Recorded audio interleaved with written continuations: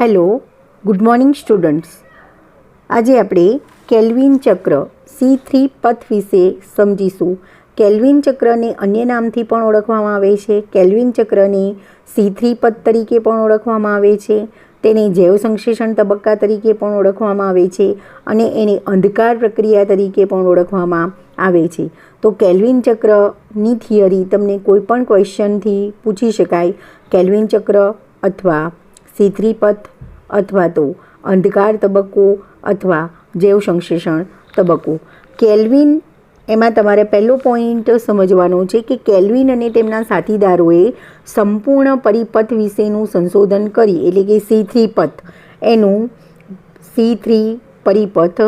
Kelvin અને તેમના સાથીદારોએ સંપૂર્ણ પરિપથ વિશેનું સંશોધન કરીને દર્શાવ્યું કે આ પરિપથ એક ચક્રીય ક્રમમાં સંચાલિત છે, એટલે કે ચક્રીય ક્રમમાં થાય છે. C3 પથ અથવા કેલ્વિન પથ છે એ એક ચક્રીય ક્રમમાં સંચાલિત છે, જેમાં RuBPનું પુનઃનિર્માણ થાય છે. RuBP એટલે આપણે સમજાવ્યું રિબ્યુલોઝ બાય ફોસ્ફેટ, જે 5 કાર્બનયુક્ત શર્કરા કીટોઝ શર્કરા છે. તો RuBPનું આ પરિપથ એક ચક્રીય પરિપથ છે, ચક્રીય ક્રમમાં સંચાલિત છે અને એમાં RuBPનું પુનઃનિર્માણ થાય છે. હવે જોઈએ કે કેલ્વિન ચક્રનો પરિપથ કેવી રીતે સંચાલિત થાય છે.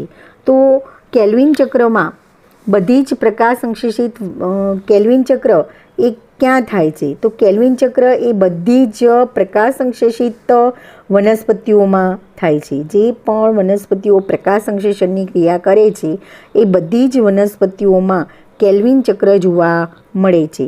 કેલ્વિન ચક્ર બધી જ પ્રકાશ સંશ્લેષિત વનસ્પતિઓમાં થાય છે. તે C3 અને C4 એમ બંને પ્રકારના પરિપથમાં જોવા મળે છે. બરાબર. આ કેલ્વિન ચક્ર છે એ C3 અને C4 બંને પ્રકારના પરિપથમાં જોવા મળે છે અથવા કોઈ અન્ય પરિપથ પણ ધરાવતી હોય. કેલ્વિન ચક્રનું વર્ણન મુખ્ય 3 તબક્કામાં થાય છે. કેલ્વિન ચક્ર એને સરળતાથી સમજવા માટે એનું વર્ણન 3 તબક્કામાં કરવામાં આવે છે. પહેલો તબક્કો છે એને કાર્બોક્સિલેશન કહેવાય છે, બીજો તબક્કો છે એને રિડક્શન કહેવાય છે અને ત્રીજો તબક્કો છે એને પુનઃસર્જન તરીકે ઓળખવામાં આવે છે. ફરીથી પોઈન્ટ યાદ રાખજો. કેલ્વિન ચક્રને સરળતાથી સમજવા માટે એનું વર્ણન 3 તબક્કામાં કરવામાં આવે છે, જેમાં પહેલો તબક્કો છે એને કાર્બોક્સિલેશન તબક્કો કહેવાય, બીજો તબક્કો છે એને રિડક્શન તબક્કો કહેવાય અને ત્રીજો તબક્કો છે એને પુનઃસર્જન તબક્કા તરીકે ઓળખવામાં આવે છે. આગળ આપણે વાત કરીએ તો C3 અથવા તો કેલ્વિન ચક્રમાં પહેલાં આપણે કાર્બોક્સિલેશન પથની વાત કાર્બોક્સિલેશન તબક્કાની વાત કરીએ. હવે કાર્બોક્સિલેશનનો તબક્કામાં શું થાય છે? તો કાર્બોક્સિલેશનનો તબક્કો એટલે કે CO2ના સ્થાપનની પ્રક્રિયા છે, જેમાં એક સ્થાયી કાર્બનિક મધ્યસ્થી પદાર્થ બને છે. ફરીથી યાદ રાખજો કે કેલ્વિન ચક્રમાં કાર્બોક્સિલેશન તબક્કો એટલે શું? તો કેલ્વિન ચક્રમાં કાર્બોક્સિલેશન તબક્કા દરમિયાન CO2ના સ્થાપનની પ્રક્રિયા થાય છે અને એમાં એક સ્થાયી કાર્બનિક મધ્યસ્થી પદાર્થ બને છે. કેલ્વિન ચક્રમાં કાર્બોક્સિલેશન એક અતિ નિર્ણાયક તબક્કો છે. આ જે કેલ્વિન ચક્ર છે એમાં કાર્બોક્સિલેશન તબક્કો એક અતિ નિર્ણાયક તબક્કો છે, જેમાં RuBPના કાર્બોક્સિલેશન માટે, RuBP એટલે કે રિબ્યુલોઝ બાય ફોસ્ફેટ, એના કાર્બોક્સિલેશન માટે CO2નો ઉપયોગ થાય છે. મતલબ કે કાર્બોક્સિલેશન તબક્કામાં શું થાય છે? તો અહીંયા RuBPનું કાર્બોક્સિલેશન થાય છે અને RuBPના કાર્બોક્સિલેશન માટે CO2નો ઉપયોગ કરવામાં આવે છે. આ પ્રક્રિયા એ ઉત્સેચક આધારિત પ્રક્રિયા છે.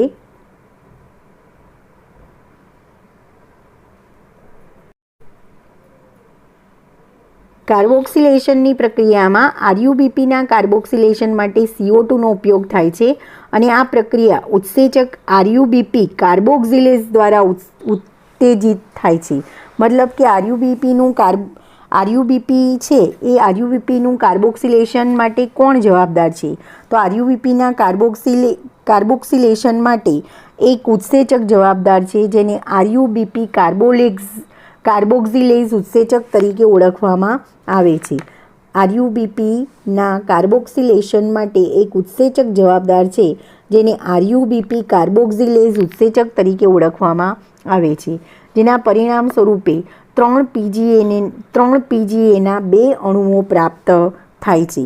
મતલબ કે કાર્બોક્સિલેઝ આરયુબીપી કાર્બોક્સિલેઝ ઉત્સેચક દ્વારા આરયુબીપીનું કાર્બોક્સિલેશન થઈ અને 3 પીજીએ એટલે કે ફોસ્ફોગ્લિસરિક એસિડ 3 કાર્બનયુક્ત ફોસ્ફોગ્લિસરિક એસિડના 2 અણુઓ પ્રાપ્ત થાય છે. અહીંયા તમને આપેલું છે 3 કાર્બન આરયુબીપીનું કાર્બોક્સિલેશન થઈ અને 3 કાર્બનયુક્ત ફોસ્ફોગ્લિસરિક એસિડના 2 અણુઓ બને છે. આ ઉપરાંત આ ઉત્સેચક ઓક્સિજનેશનની ક્ષમતા પણ ધરાવે છે. આમ તે વધારે યોગ્ય હશે કે આપણે આ ઉત્સેચકને આરયુબીપી કાર્બોક્સિલેઝ ઓક્સિજનેઝ અથવા તો એને રૂબિસ્કો ઉત્સેચક તરીકે પણ ઓળખવામાં આવે છે. ફરીથી યાદ રાખજો, આ જે પ્રક્રિયા છે એ પ્રક્રિયામાં કાર્બોક્સિલેશનની પ્રક્રિયામાં આરયુબીપીના કાર્બોક્સિલેશન માટે આરયુબીપી કાર્બોક્સિલેઝ નામનો ઉત્સેચક જવાબદાર છે અને એ આરયુબીપીનું કાર્બોક્સિલેશન કરી અને આરયુબીપીના કાર્બોક્સિલેશનમાં CO2નો ઉપયોગ થાય છે અને એના માટે આરયુબીપી કાર્બોક્સિલેઝ ઉત્સેચક જવાબદાર છે અને આરયુબીપીનું કાર્બોક્સિલેશન થઈ અને ફોસ્ફોગ્લિસરિક એસિડના 2 અણુઓ પ્રાપ્ત થાય છે. 3 કાર્બનયુક્ત ફોસ્ફોગ્લિસરિક એસિડના 2 અણુઓ પ્રાપ્ત થાય છે. આ ઉપરાંત આ જે કાર્બોક્સિલેઝ ઉત્સેચક છે, આરયુબીપી કાર્બોક્સિલેઝ ઉત્સેચક છે, એ ઓક્સિજનેશન કરવાની ક્ષમતા પણ ધરાવે છે. માટે આ ઉત્સેચકને આરયુબીપી કાર્બોક્સિલેઝ ઓક્સિજનેઝ ઉત્સેચક તરીકે પણ ઓળખવામાં આવે છે અને એને રૂબિસ્કો ઉત્સેચક તરીકે પણ ઓળખવામાં આવે છે. આ 2 માર્ક્સમાં કારણમાં પૂછી શકાય છે કેમ એને આરયુબીપી ઉત્સેચકને રૂબિસ્કો ઉત્સેચક તરીકે ઓળખવામાં આવે છે. તો આ ઉત્સેચક આરયુબીપી ઉત્સેચક એ કાર્બોક્સિલેશન અને ઓક્સિજનેશન બંને પ્રક્રિયા સાથે સંકળાયેલો છે, બંને માટે જવાબદાર છે. માટે આરયુબીપીને કાર્બોક્સિલેઝ ઓક્સિજનેઝ અથવા તો એને રૂબિસ્કો ઉત્સેચક તરીકે ઓળખવામાં આવે છે. ખાસ પોઈન્ટ યાદ રાખજો, રૂબિસ્કો ઉત્સેચક એટલે શું. હવે અહીંયા આગળ તમને કેલ્વિન ચક્ર બતાવેલું છે. કેલ્વિન ચક્રને 3 ભાગમાં વિભાજિત કરવામાં આવ્યું છે, જેમાં આપણે પહેલી પ્રક્રિયા છે એને કાર્બોક્સિલેશન કહેવાય છે, બીજી પ્રક્રિયા છે એને રિડક્શન કહેવાય છે અને ત્રીજી પ્રક્રિયા છે એને પુનઃસર્જન તરીકે ઓળખવામાં આવે છે, જે તમને અહીંયા કેલ્વિન ચક્રના ચાર્ટમાં દર્શાવેલું છે. ફરીથી યાદ રાખજો, કેલ્વિન ચક્રની પ્રક્રિયાને મુખ્યત્વે 3 તબક્કામાં ડિવાઈડ કરેલી છે. પહેલો તબક્કો છે એને કાર્બોક્સિલેશન કહેવાય છે, બીજો તબક્કો છે એને રિડક્શન તરીકે ઓળખવામાં આવે છે અને ત્રીજો તબક્કો છે એને પુનઃસર્જન તબક્કા તરીકે ઓળખવામાં આવે છે.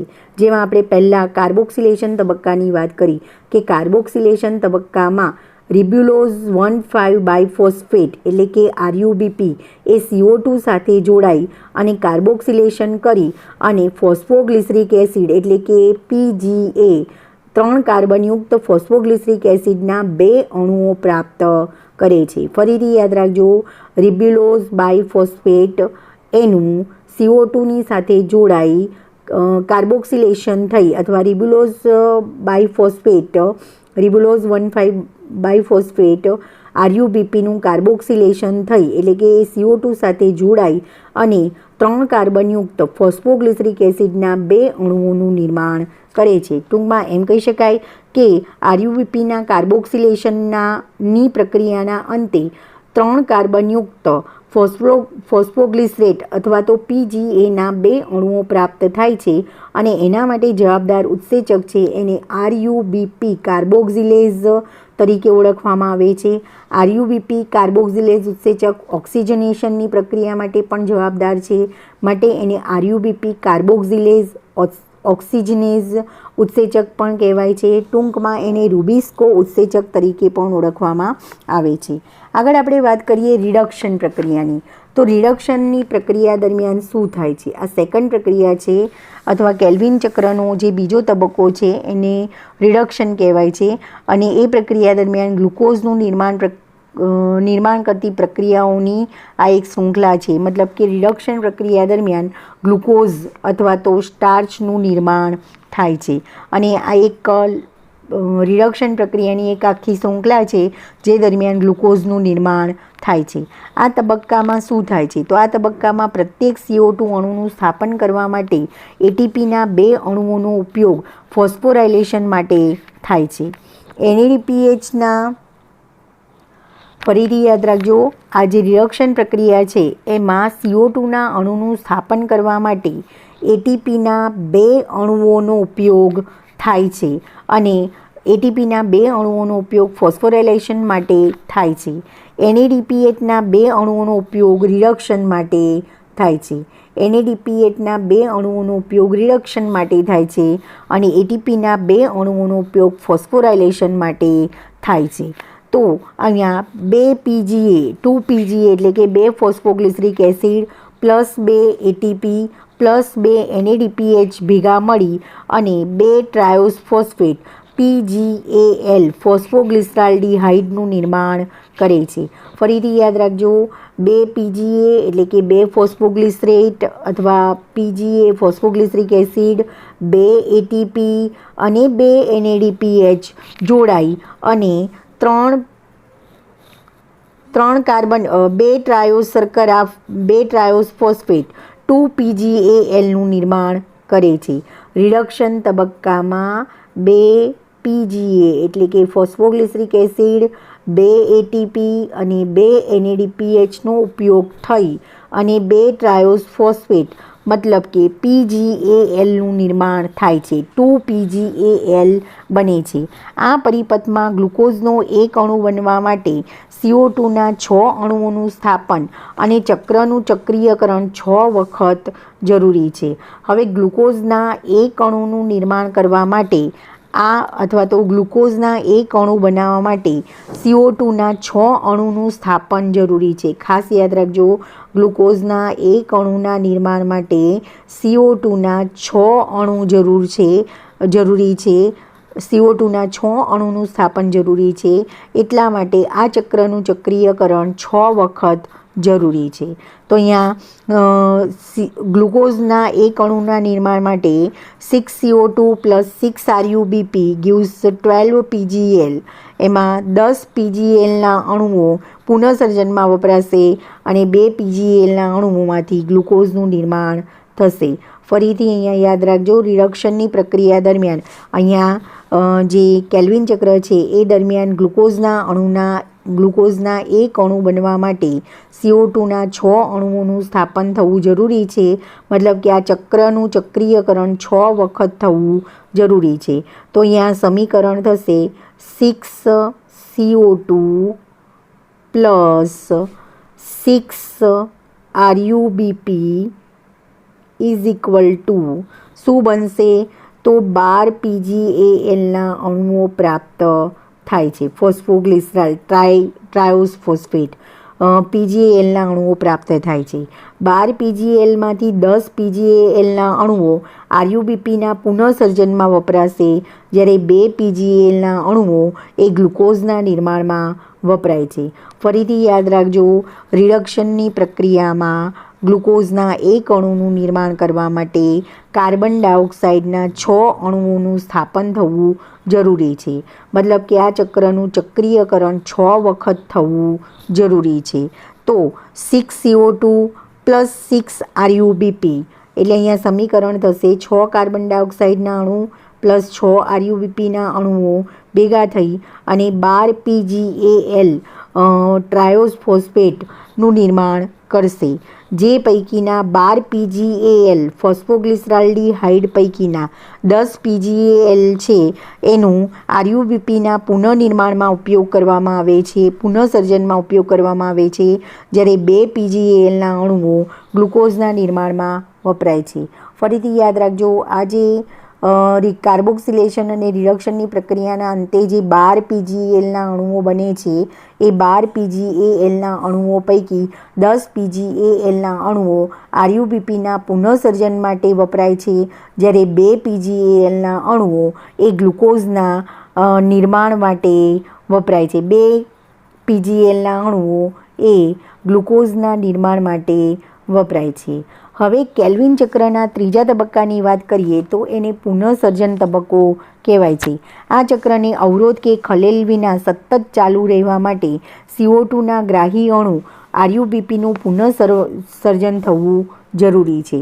એટલે કે કેલ્વિન ચક્ર સતત ચાલુ રહે એટલા માટે કેલ્વિન ચક્ર કોઈ પણ અવરોધ વગર કે ખલેલ વગર સતત ચાલુ રહે એના માટે CO2ના ગ્રાહી અણુ RuBPનું પુનઃસર્જન થવું અનિવાર્ય છે અથવા જરૂરી છે. તો પુનઃસર્જનના તબક્કામાં RuBPના નિર્માણ હેતુ ફોસ્ફોરાયલેશન માટે એક ATPની આવશ્યકતા હોય છે. જો અહીંયા ATP વપરાયેલો બતાવ્યો છે. તો PGL એ ATPનો ઉપયોગ કરી અને RuBPનું નિર્માણ કરે છે. PGAL એ ATPનો ઉપયોગ કરી અને RuBPનું નિર્માણ કરે છે. એટલા માટે કેલ્વિન ચક્રમાં CO2ના પ્રત્યેક અણુનો પ્રવેશ કરવા માટે ATPના 3 અણુ અને NADPHના 2 અણુઓની આવશ્યકતા હોય છે. ફરીથી યાદ રાખજો, કેલ્વિન ચક્રમાં ગ્લુકોઝના એક અણુના કેલ્વિન ચક્રમાં CO2ના એક અણુના પ્રવેશ માટે CO2ના પ્રત્યેક અણુના પ્રવેશ માટે ATPના 3 અણુ, 2 ATP અહીંયા અને 1 ATP અહીંયા. ATPના 3 અણુ જરૂરી છે જ્યારે NADPHના 2 અણુઓની જરૂરિયાત હોય છે. અંધકાર પ્રક્રિયામાં વપરાતા ATP અને NADPH અણુની સંખ્યાના તફાવતને પહોંચી વળવા માટે ચક્રીય ફોટોફોસ્ફોરાયલેશન થાય છે. મતલબ કે આ ATP અને NADPH ક્યાંથી પ્રાપ્ત થાય છે? તો ATP અને NADPH એ અંધકાર પ્રક્રિયામાં ઉપયોગમાં લેવાય છે. તો અંધકાર પ્રક્રિયામાં વપરાતા ATP અને NADPH અણુની સંખ્યાને પહોંચી વળવા માટે, એના તફાવતને પહોંચી વળવા માટે ચક્રીય ફોટોફોસ્ફોરાયલેશન થાય છે. ચક્રીય ફોટોફોસ્ફોરાયલેશન દરમિયાન ATP અને NADPH નું નિર્માણ થાય છે. ગ્લુકોઝના એક અણુના નિર્માણ માટે આ ચક્રને 6 વખત ચક્રીયકરણની આવશ્યકતા હોય છે. એટલે આ ચક્ર 6 વખત ફરે તો ગ્લુકોઝના એક અણુનું નિર્માણ થાય છે. તો અહીંયા તમને આકૃતિ બતાવેલી છે જેમાં કેલ્વિન ચક્રના 3 તબક્કા બતાવ્યા છે. પહેલો તબક્કો છે કાર્બોક્સિલેશન તબક્કો. એ દરમિયાન ફોસ્ફોગ્લિસરેટના 2 અણુ બને છે. બીજો તબક્કો છે રિડક્શન તબક્કો, જે દરમિયાન ફોસ્ફોગ્લિસરેટ PGAના 2 અણુ, 2 ATP અને 2 NADPHનો ઉપયોગ કરી અને ટ્રાયોફોસ્ફેટ એટલે કે ગ્લિસરાલ્ડિહાઇડ બનાવે છે અને એ પૈકીના થોડા ગ્લિસરાલ્ડિહાઇડના અણુઓ RuBPના પુનઃસર્જનમાં વપરાય છે અને બાકીના ગ્લુકોઝના નિર્માણમાં વપરાય છે. તો અહીંયા તમને નીચે લખીને આપ્યું છે કેલ્વિન ચક્ર છે એને 3 ભાગમાં વહેંચી શકાય. કાર્બોક્સિલેશન, જે દરમિયાન CO2 રિબ્યુલોઝ 1,5 બાયફોસ્ફેટની સાથે જોડાય છે. બીજો તબક્કો છે રિડક્શન, જે દરમિયાન કાર્બોદિતનું નિર્માણ પ્રકાશ રાસાયણિક પ્રક્રિયાથી બનેલા ATP અને NADPHના વપરાશથી થાય છે. અને ત્રીજું છે પુનઃસર્જન, જે દરમિયાન CO2 ગ્રાહી રિબ્યુલોઝ 1,5 બાયફોસ્ફેટ ફરીથી નિર્માણ થાય છે. અને આ ચક્ર સતત ચાલતું રહે છે અને ગ્લુકોઝના અણુના નિર્માણ માટે આ ચક્ર સતત 6 વખત એનું ચક્રીયકરણ થાય એ જરૂરી છે. તો ગ્લુકોઝના એક અણુના નિર્માણ માટે આ ચક્રને 6 વખત ચક્રીયકરણની આવશ્યકતા રહેશે. આગળ આપણે વાત કરી કે ગ્લુકોઝના એક અણુના નિર્માણ માટે આ ચક્રને 6 વખત ચક્રીયકરણની આવશ્યકતા હોય છે. તો એ ગણતરી કરો કે કેલ્વિન પરિપથના માધ્યમથી ગ્લુકોઝના એક અણુની રચના માટે કેટલા ATP અને NADPHના અણુઓની જરૂરિયાત હોય છે. તો અહીંયા તમને આ ટેબલ આપેલો છે જે નીટ માટે ખૂબ જ અગત્યનો છે. અહીંયા તમને ગ્લુકોઝના એક અણુના નિર્માણ માટે કેટલાક પ્રક્રિયક જરૂર છે અને બહાર નિપજ તરીકે કયા ઘટક મળે છે. તો અહીંયા ગ્લુકોઝના એક અણુના નિર્માણ માટે 6 CO2ની જરૂરિયાત છે. 6 CO2નું સ્થાપન જરૂરી છે. 18 ATP જરૂર છે. 12 NADPH જરૂર છે. અને નિપજ તરીકે આપણને પ્રાપ્ત થશે 1 ગ્લુકોઝ, 18 ADP અને 12 NADP.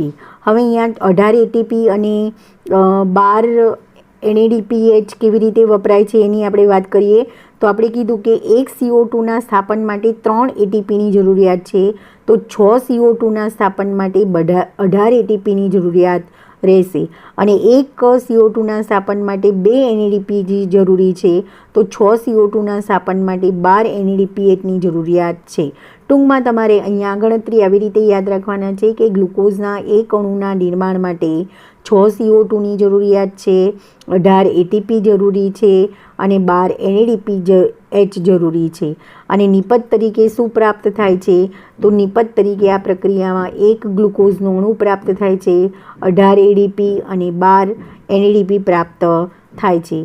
તો આ ક્વેશ્ચન નીટ માટે ખૂબ જ અગત્યનો છે કે અહીંયાથી તમને નીટમાં પૂછી શકાય કે કાર્બન ડાયોક્સાઇડ એટલે કે CO2ના એક અણુના સ્થાપન માટે કેટલા ATP અને કેટલા NADPH જરૂરી છે? તો CO2ના એક અણુના સ્થાપન માટે 3 ATP અને 2 NADPH જરૂરી છે.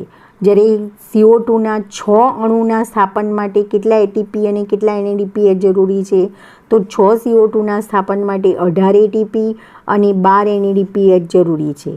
અથવા ક્વેશ્ચન એવું પૂછે કે એક ગ્લુકોઝના અણુના નિર્માણ માટે કેલ્વિન ચક્રનું ચક્રીયકરણ કેટલી વખત થવું જરૂરી છે? 6 વખત. એક ગ્લુકોઝના અણુના નિર્માણ માટે કેટલા ATP, કેટલા CO2 અને કેટલા NADPHની જરૂરિયાત હોય છે? તો એક ગ્લુકોઝના અણુના નિર્માણ માટે 6 CO2, 18 ATP અને 12 NADPHની આવશ્યકતા હોય છે.